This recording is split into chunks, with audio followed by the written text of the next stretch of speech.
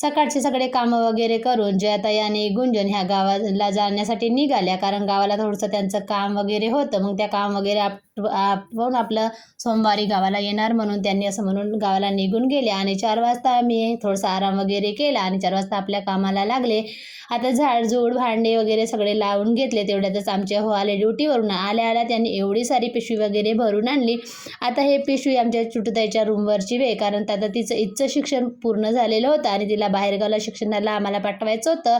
त्याच्यासाठीच ते रूमवरती राहत होती. आणि हे सगळं सामान तिच्या रूमवरचे आम्ही सगळे गाठोडे पाठोडे सगळं बांधून तिचं सामान एकत्र करून असे 3-4 ट्रिपा 2 व्हीलरने मारून हिच्या पप्पाने सगळं सामान घरी आणलं.